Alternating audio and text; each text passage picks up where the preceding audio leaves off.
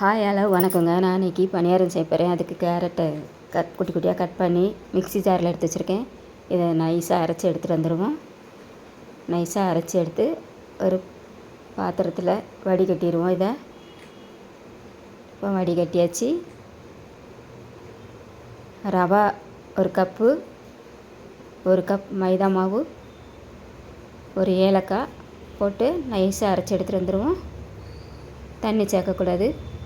இப்போ நைஸாக அரைச்சாச்சு. ஒரு பாத்திரத்தில் தட்டிடுவோம்.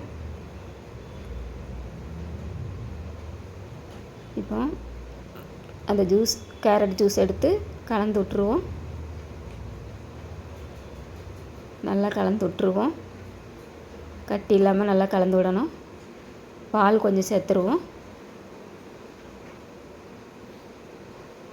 நாட்டு சர்க்கரை ஒரு 3 டீஸ்பூன் சேர்த்துருவோம். அதை நல்லா கலந்து விட்ருவோம்.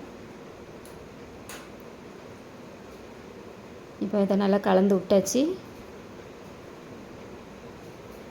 பனியார சட்டியில் ஊற்றிடுவோம்.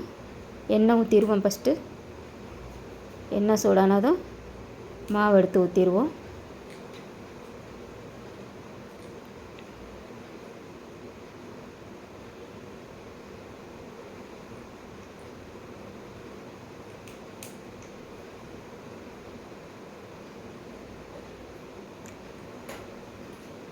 இப்போ இதை திருப்பி போட்டுருவோம்.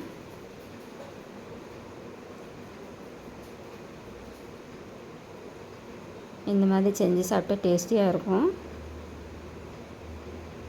ஸ்நாக்ஸ் சாப்பிடணுன்னு ஒரு ஆசையாக இருந்ததுன்னா இந்த மாதிரி செஞ்சு சாப்பிட்டுக்கலாம். இது மாதிரி நீங்களும் செய்து பாருங்கள், சுவையாக இருக்கும். இப்போ வெந்துருச்சு, எடுத்துருவோம். டேஸ்டியான பணியாரம் நீங்களும் செய்து பாருங்கள், சுவையாக இருக்கும்.